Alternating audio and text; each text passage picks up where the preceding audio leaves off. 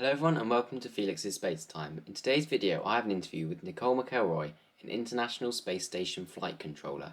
If you enjoy this video, don't forget to like and subscribe and check out my Patreon page, a link will be in the description. Enjoy. Thank you so much for coming on here for an interview today. For those who might not know you, could you tell everyone a bit about yourself? Sure. My name is Nicole McElroy. I'm a flight director here at NASA Johnson in Houston, Texas, which means that I run the entire Mission Control Center right now for everything that happens on the International Space Station. So everybody that's working real-time operations to keep the astronauts and everything running on ISS goes through me, and we coordinate all of the work to get everything working. Amazing. And you noticed could you tell us a bit about what's behind you today? Sure. So we're actually sitting in the Mission Control Center here in Houston. Behind me is one of our control rooms. So this is where the flight control team and operators all work together to run the International Space Station. We're looking at data, making sure everything looks healthy, and also sending all of the commands and talking with the astronauts every single day. Amazing. Well, thank you so much for getting such an amazing backdrop for today's interview. Happy to help. So you started your work in the space/engineering industry with three internships, one at ULA as a Launch Operations Intern, one at Boeing as a Landing Gear Structures Intern, and one at Virgin Galactic as a Liquid Propulsion Engineering Intern. How important do you think how important do you think it's to participate in multiple internships and as a way into the space industry? I found it incredibly helpful and incredibly valuable to be able to have time working in internships prior to starting full time. As you mentioned, I had quite a variety of internships, which was a little bit of luck on my part, and kind of really thankful for those variety of opportunities because I got to see, starting with the operation side of things, and then the engineering design side of things, and then the hands-on build and test side of things. So for me, I found that incredibly helpful to figuring out what I really actually like to do. I knew that I liked engineering. I was studying mechanical engineering at school, but getting to see the way that different companies do each of those different processes really helped me to realize what I liked, what I didn't like. And I also had the variety of working at really big companies, right? ULA and Boeing are a lot bigger aerospace companies versus working at Virgin Galactic, which was a lot smaller and a startup. And so getting to compare and contrast those two different sides of the commercial space industry. I didn't actually have any internships at NASA, but a lot of other flight directors and flight controllers here also have added internships here, which again just gives that experience to be able to like test it out and see if you like it, see what you learn before you are working full time. So as well as learning a lot of professional skills and very practical things, it was very helpful for me to kind of understand what the job is after college and then get a chance to see what I liked. Amazing. Kind of on the topic of education, what kind of things did you study in school and university that helped you kind of get to the position that you are in today? Sure. So I studied mechanical engineering at Columbia University, which was a really great introduction to just learning how things work. For me, the advantage of mechanical engineering is that you can go do a whole lot of different things. I'm lucky enough to be working in the space sector and working in aerospace, but you can take mechanical engineering and apply it to cars. You can apply it to robotics. And there was really a large variety, and getting an education that was broad and understanding different industries and different systems and kind of the common things about how stuff works really helped me to know what it was I loved about space, but then also have different perspectives to be able to bring in, as well as instead of just studying a very dedicated aerospace engineering. That being said, aerospace engineers do great in our business too, so nothing bad there. Yeah, really, it was the engineering fundamentals as well as problem solving skills and communication skills. So a lot of what I learned in the classroom was those problem solving projects and how to get work done and how to see something from an initial design through a finished product. And then I was also involved in a few different clubs and organizations that helped challenge my presentation skills and teach me how to communicate hard technical projects to the outside world. Amazing. Kind of on the topic of problem solving, as your job today as a flight director, how much problem solving do you have to do? I'm sure you get problems from the International Space Station you have to solve, send solutions back. So what kind of things, Oh, definitely. have any examples as well? Yeah, every single day is problem solving, especially as the flight director. So, right, we are running the flight control room. We have specialists in our room that are responsible for the power systems, the computer systems, the life support systems, you name it. There's a person that's really looking deep into those systems. And then whenever they have a concern or a problem, they bring it to us and we work through that as a team to understand if there's any other impacts and then come up with a solution to be able to solve it and put it back together. So we're really solving things from a wide ranging. A very common one, unfortunately, is figuring out how to solve and fix the toilet in space, which is everyone's top priority as soon as it breaks. But we're also working through if we need to resolve problems that are preventing us from doing our day-to-day science experiments and working on the payloads that we're working on. Sometimes a pressure or temperature might be out of range of what we expect. So we kind of work through and think through why that might be, if there's any other issues in the system, if there's anything we can do to solve it. Or if it's just something that was out of the scope of our expectations, but still acceptable. So understanding the difference between something that's unexpected versus an issue that we need to resolve is something that we've really fine-tuned within ourselves as well as the rest of the team to then figure out what to do next. Amazing. Jumping back to those internships, out of the three that you did, which one did you learn the most about? Kind of what kind of things did you learn about, and kind of what amount of knowledge from those internships do you use today? Yeah, I use a lot of it today is the short of it. I would say the last one I had, so the one that I had at Virgin Galactic as a propulsion engineer, was probably the one that I got the most because of the variety of work that I was really tied into.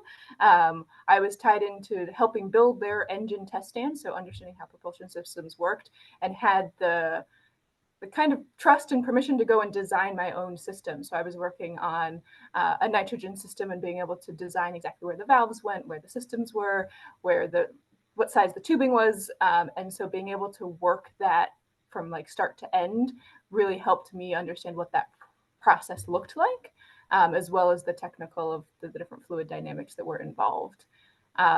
So I really enjoyed, and I really enjoy being hands-on, especially early in my career, and touching hardware and getting to see what the actual product is that we're talking about making, and understanding how it works and how it breaks, which I really got to do at Virgin Galactic at the time. But that being said, now I'm a little later in my career, looking back on the internships that I had at ULA and Boeing. I don't think I appreciated at the time how much exposure I was getting to the size of those companies and how they worked. But I've now been able to use that at NASA too to understand the perspectives from some of those different companies. Amazing. And I believe you went on to work at Virgin Galactic from 2015 to 2017 as a propulsion engineer. While in this role, what kind of tasks did you carry out? And what was your favorite memory while at Virgin Galactic? Sure. So I was working at Virgin Galactic. I was actually working on the Launcher One system. So what went on to become Virgin Orbit. From the get-go, we were just all the same company at the beginning. And specifically there, I was working on the designing the propulsion systems. So everything that's not the engine, but everything that connects the tanks to the engine. So if you think about how do you fill up a rocket, right? There's lines and valves that you use to connect the storage systems on the ground to the onboard tanks. There's vent systems to make sure you don't overpressurize them. We had an ACS system as well as cold helium such that we could pressurize our tanks. So we were really responsible for everything that fed back into that system. Early on, I was doing what we call a system sizing. So really understanding how big do the propellant tanks need to be? How big do the valves need to be in order to meet the thrust and weight requirements that we were hoping to get out of the rocket? So it was very theoretical. But then as time went on and we went from designing the system to actually building the system, I was involved with then deciding how those physical pieces of hardware got laid out on the rocket. Where do you actually put those lines and valves, and how do you route them such that you don't run into other things and don't have fluid dynamic problems along the way? So getting to see that progression was probably one of my favorite things. One of my favorite memories was the very first day that we actually put hardware together for my system. So the tanks had these big metal covers that closed them out on the top and the bottom, which we mounted pressure sensors to, temperature sensors, valves, etc. And we'd drawn it all up in CAD and looked at it many times on the computer. But when we finally got the real thing, laid it on the ground, started putting things on it, it really made you feel like the things you've been working on for all this time were coming together, and you could see that progress, which was incredibly meaningful. Amazing. I was then, Oh, I was going to say, I was just then lucky enough to get to track that the rest of the way. So we built the rocket for the first time, and then I got really involved with testing it to make sure that all of that analysis that we had done upstream actually worked out. So when we put the first rocket together, we did the first stage and the second stage with the tanks and the computer systems and the engines, and put that together for the first time in a series of tests called stage test, which I was leading up, which really demonstrated, did everything that we think would work. And for the things that we had questions about or were still figuring out, we really worked through a lot of those individual systems to get them to work together such that the rocket could exist. Amazing. And you mentioned Virgin Orbit, which you then went on to work as in quite a few roles, most notably manager of rocket operations. What tasks did you have to carry out while in that job? So manager of rocket operations was part of the launch operations team. So we were getting ready to launch each rocket. And really, I was responsible from the rocket after it shipped out of the factory. So the manufacturing engineers said that it was built and done and complete. And then it was my responsibility until we dropped our payloads off in space. So after we left the vehicle, we took it up to the desert. We were working up in Mojave in California, and did a lot of checkouts. We did initial loads of the different propellants to make sure that nothing leaked, and got everything ready for launch day. And then on launch day itself, I sat in the mission control room there, and was the representative for the entire rocket. So again, kind of similar to the ISS, you have system experts that are looking at the propulsion systems, looking at the avionics systems, and they fed that information up to me as the kind of rocket overview position that was looking to make sure that the entire vehicle was working and healthy and ready for launch. And then we would go through our final launch countdown and launch it. Amazing. And after that, you became the senior manager of launch operations. What was tasks and responsibilities were different? What was different between manager of rocket operations and senior manager of rocket operations? Yeah, so the senior manager of launch operations really just took the next step to that bigger level. So in addition to caring about what the rocket did and how it got into space, for our specific Launcher 1 system, we were an air launch vehicle. So the rocket mounted to the wing of a 747, and then we flew it out over the ocean and launched it there. And so my role as the senior manager of launch operations, as well as the launch director, was making sure that the rocket was ready to go, as well as the plane and the ground systems. So you have to make sure that all of the commodities, all of the ground support systems are ready for launch day. You have enough propellant, you have enough gas, everything's conditioned correctly. And then that the plane was actually ready to fly and take off, and that we had maintained everything we needed to do there. The pilots were ready, everybody was ready to operate. So I was really enjoying the kind of expansion of perspective, right? Going from the rocket side to then seeing everything that needed to come together for a launch to be successful. And I was the launch director for our third and fourth launches. So managed the entire countdown, and made sure that we were ready to go. Amazing. Moving on to your work at NASA now, what training did you have to do to qualify to become a flight director? Yeah, so I came in last June, and it was a very rigorous, about a year-long training process to learn everything that I needed to know to be a flight director here at NASA. The first 6 months or so were very classroom-like classes. So like you go to school, and I went to university, it's sitting down and just learning the systems and what they do, from, again, the power systems to the different computer systems, the life support systems, how the different payloads worked. And making sure that I just had the base level of technical understanding of like what does it take for the International Space Station to keep flying and be up there every single day. And I had some really great teachers here at NASA that helped me understand both the big picture perspective as well as the details that really matter. And then the second 6 months approximately is doing simulations. So what we actually do to prepare to be ready to sit in our main control room is we sit in control rooms like the one behind me, and we do a simulated day in space. So we have everybody sitting at their positions like they would be. We're all talking to each other on the headsets, and we are working through a normal day, and then their training team is throwing what we call different malfunctions at us, and purposefully breaking things in our simulated data such that we can practice responding to it. So it's practicing really the days that you don't want to happen, but making sure that if it ever was to go that bad, we could react to it and respond to it.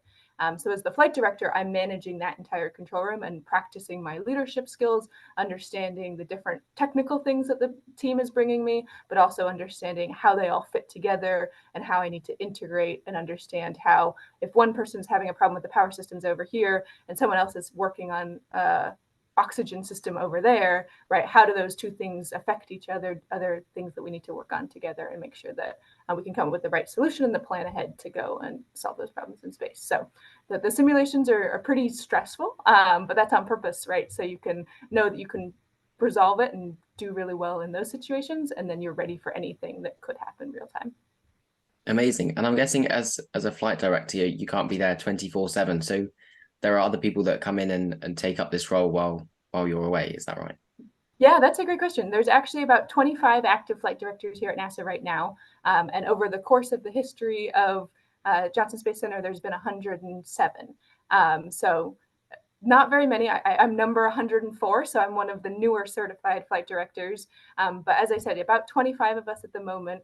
We work 3 shifts a day, all of the different control positions here at NASA. So there's a shift from approximately midnight to 8 a.m., 8 a.m. to 4 p.m., and 4 p.m. to midnight.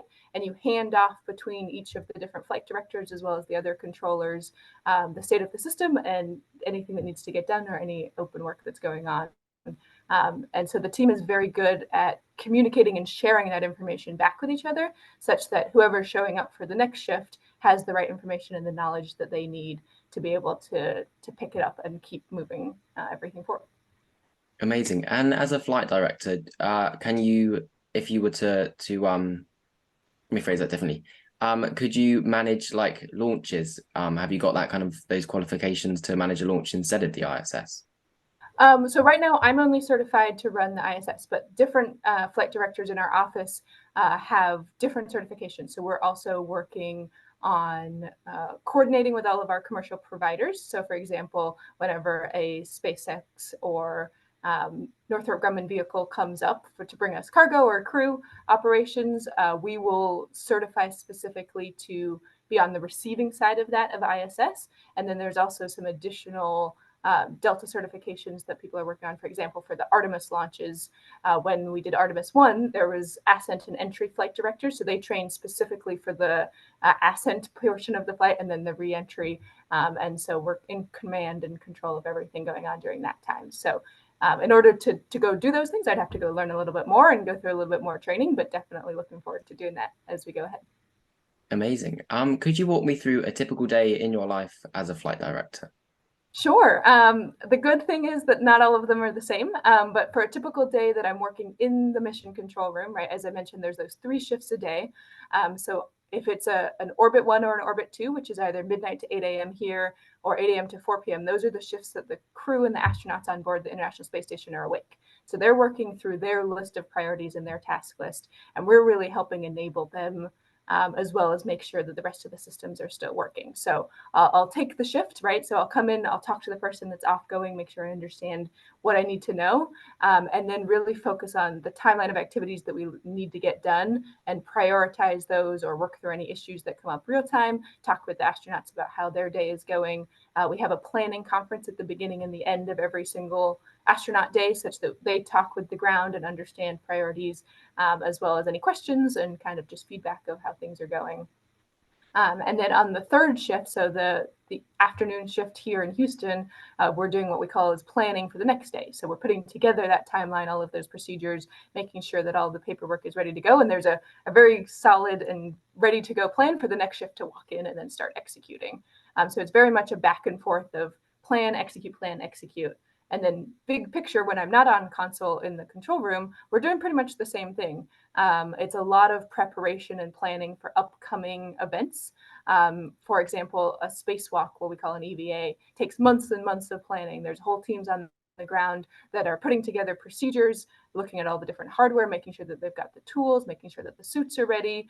And all of that will culminate in one day of doing the spacewalk on the International Space Station. But it took months and months of planning and prep to do ahead of time. So the flight directors are involved in that in the same way that we're involved when we're in the control room, such that we're leading and making sure all those teams are working together. Amazing. And behind you, like you said, there's the Mission Control Center. Could you kind of walk me through what kind of positions there are, what other roles other than flight directors there are, the kind of the roles you manage, and kind of the layout of the room, what things Yeah, happen? definitely. Let me see if I can get you a little bit of a better view while we're talking about it. But as we're talking that through, so the flight director, as we said, is kind of managing all of the different interactions between everybody. The CAPCOM, so next to the flight director, they're the person that's communicating with the astronauts. So the capsule communicator is the voice of the ground, such that we sound put together, and everybody is represented on what the crew needs to know. We have our ethos position, which is life support system, so responsible for oxygen, nitrogen, and water processing. Our Spartan position is doing power. So power comes in through the solar arrays and then goes into batteries and then gets distributed amongst the ISS. So they're looking and making sure that we're getting the right amount of power in for how much we need to use. Our Cronus position is looking at the computers and the onboard command and data handling, making sure that we can get data down here on the ground, as well as send commands that we need to and see all of the telemetry that we want to see. We have an OSO position, which is really maintenance and hardware work. If you kind of think of hands-on things, especially when the astronaut is repairing all of their different racks or systems, they're the people that can specialize in what wrench to use or what other complicated process you'd have to go through to safe the system and then have it ready to replace or repair.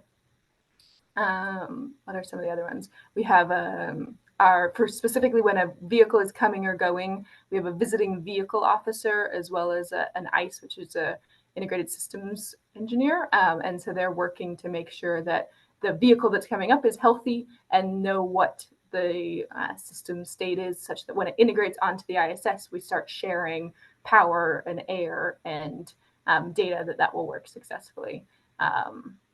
And then in the back of the room, we also have our biomedical engineers and our surgeon, which are really tracking the astronauts and making sure that their exercise systems are working, that they're healthy, that they're happy, and that they've got everything that they need to be effective while they're up in space and working hard up there.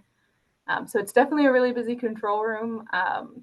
There's a lot of different systems that really come together, and then there's similar control rooms to this one. So we're in Houston right now, but there's a control room in Huntsville, Alabama, and they are much more focused on the science and the payloads. So that whole team is working with the different universities and labs on the ground to make sure that the science that the astronauts are doing in space is working and make sure that they can help them with that.